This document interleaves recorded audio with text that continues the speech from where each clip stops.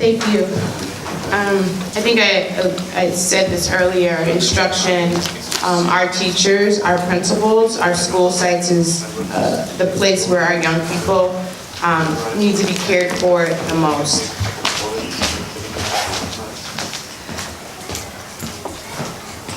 There are 2 or 3 things that are really important for me when we talk about equity.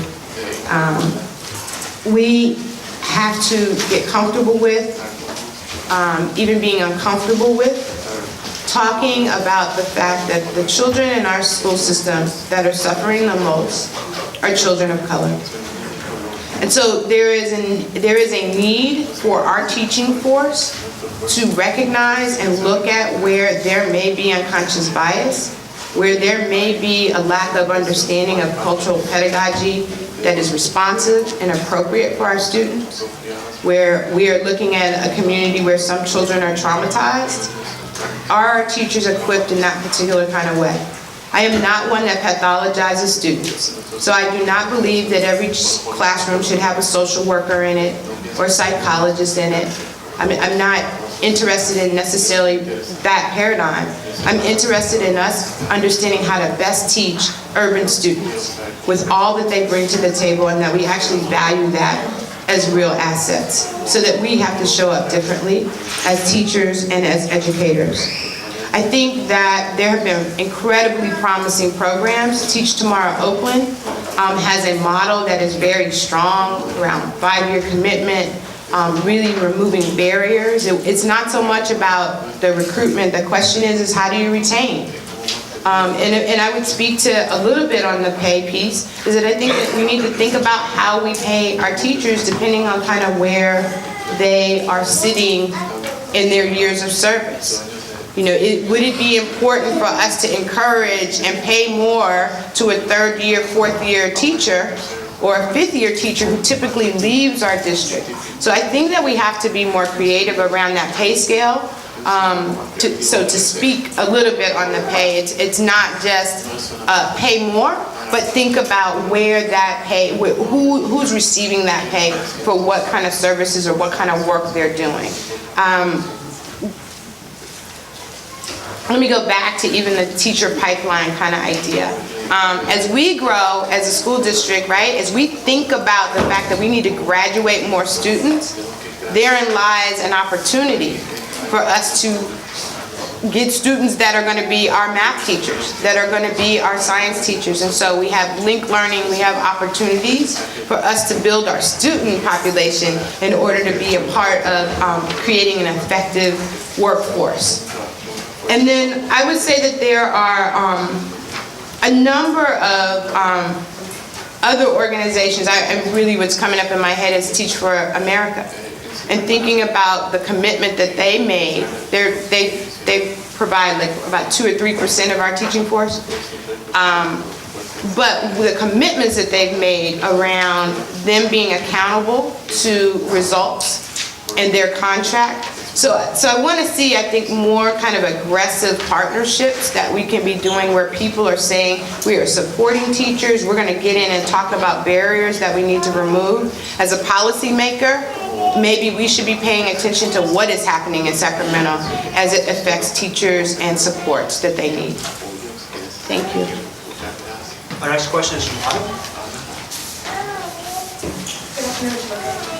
I'm Autumn McDonald, and I'm on the Go Leadership Council and also the parent of 2 future open schools children. The power of community is one of Go's core values. It is the foundation on which long-lasting change is built. We believe that school communities should hold decision-making authority over their staffing, program, and budget. When OUSD granted school communities more of these freedoms in the mid-2000s, we saw tremendous, persistent academic and cultural improvements. You will have 4 minutes to answer the following question. I will read 2 statements to you. 1, I believe that schools should have decision-making authority over their operations. 2, I believe that the central office should manage most decisions in the district. Which of these statements best describes your opinions on district school governance? And what do you see as the implications for schools, families, and teachers? Please specifically address the areas of staffing, program, and budget in your response. Thank you so much for the question. So, I move in the world with a sense of balance. That is my goal and my aspiration. So you will see me quoted as sometimes saying, I don't want to see extra resources going down to school sites. Why? Because if the resources aren't used well, and if they aren't targeted, and they aren't useful, then I think we are wasting resources. So, I totally agree with statement number one. I started my work in supporting my child on an SSC. I had great power and great responsibility. A principal would hand me a blank sheet for me to sign off on in order for him to purchase whatever it was that he felt like he needed inside the school. So I absolutely believe that the power sits with those principals, those teachers, and obviously with parents. So to think about budget, I believe that we need to do a much greater job of really training and supporting parents and community members to be in partnership with principals. Parents don't often come with an understanding of the latest curriculum that you think is the best thing, or the coach that you think that you really need to hire.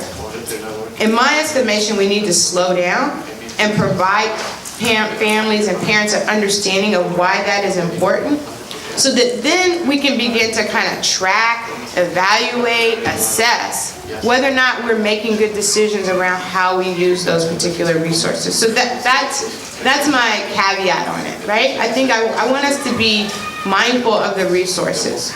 I'm in a school district. I work inside of a district, District 3. Well, we have a lot of resources based on the fact that, we have so much trauma in our neighborhood. We don't have grocery stores. But what's important to know that you can't always throw money at something. So what is important for me, again, at that school site and decision making is what does instruction look like?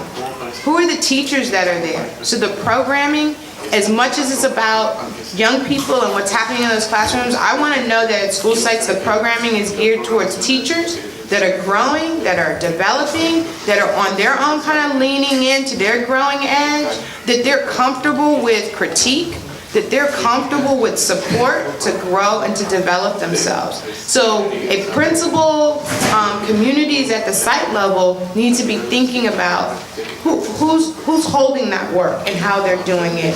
And again, I even kind of said about the staffing piece.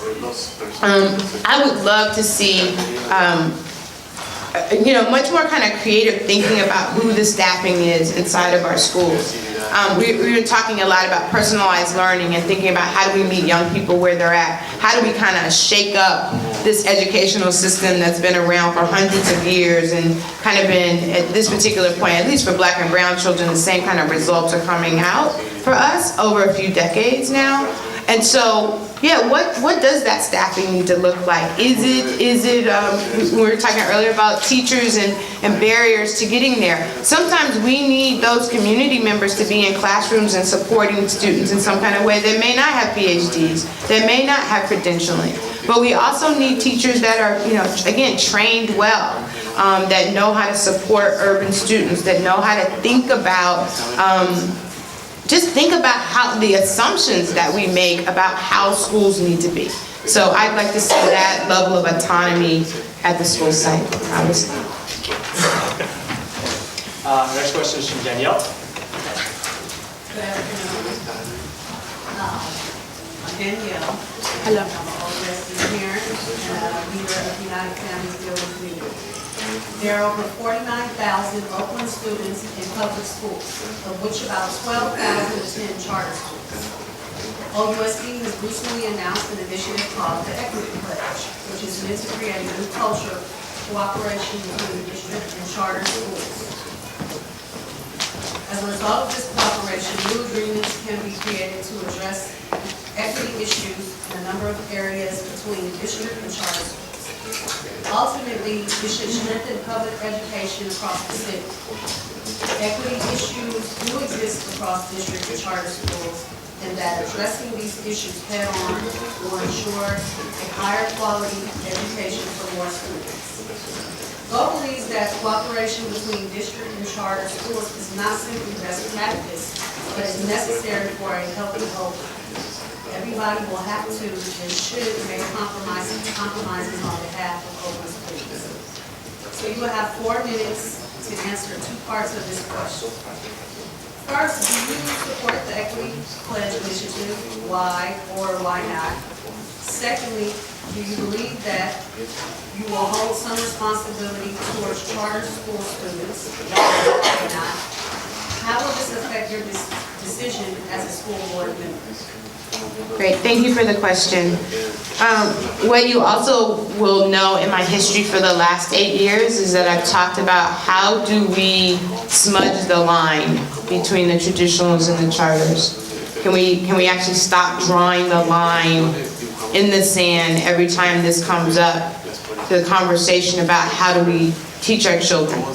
So for me, I sit, again, with the idea that young people are at the center of this, and the conversation is about what system can possibly deliver a quality education. Specifically, how do charter schools, the law says, be competitive. The law says innovate. How are charter schools innovating in our city? How are they creating a sense of competition? And I know we'll play word games with that.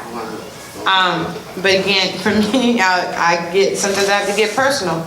Being black in America, I was absolutely taught that I had to be competitive, that I had to be 3 times better than. And so for our students in our schools, yes, we need to have competition. We need teachers that are going to be thinking outside of the box once again to kind of push for this to happen. And so what I know in Oakland, not a national narrative, but a local narrative, is that Lighthouse Academy, Aspire schools have been in partnerships with traditional school the teachers in traditional schools, talking about how to make maker spaces, how to do professional development together. So we have a local narrative that we allow to get drowned out by something that is really does not serve us. And so do I believe and support an equity pledge? It's been a long time coming. And we've been methodically getting here. Again, we had an ambitious strategic plan that talked about diverse providers. We had an ambitious strategic plan that said that, a facilities asset management piece that we did that said that every student in Oakland had access to a public school building. So along this way, we've hit some big rocks and had to move them and had to struggle with them, but we are struggling with them, and I'm very proud of this school district for doing that work. Because again, if you want to compare yourself to the national scene, yes, Oakland, California is very progressive around saying how do we interrupt inequities in education and those that in particular impact black and brown children.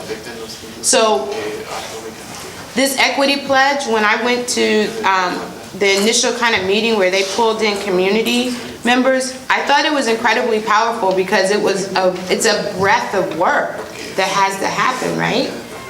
You have to talk about instruction.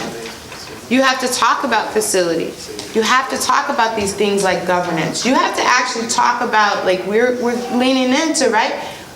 Talking about like how does race show up? How are we teaching our English language learners? How are we thinking about them across the system? Special ed, a lightning rod. A lightning rod.